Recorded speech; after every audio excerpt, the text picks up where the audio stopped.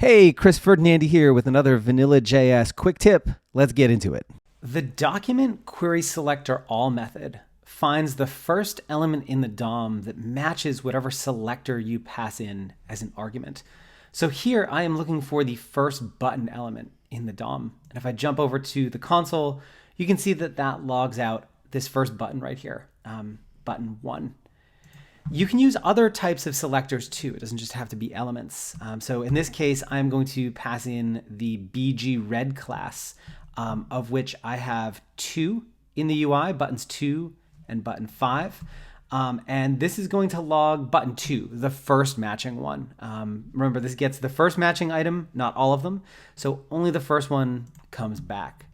You can also use more complex types of selectors. So I have a few buttons here with the data snack attribute.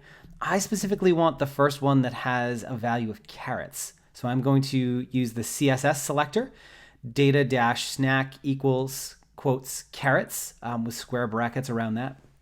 And that is going to give me that last button, data snack equals carrots. One thing with the query selector method, if the element doesn't exist, it is going to return null, as you can see here. So I'm looking for an element with the bgOrange class, which doesn't exist in this UI.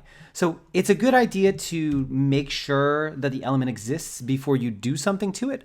Otherwise, the browser may throw an error and things can break on you. So here I'm checking to see if none exists.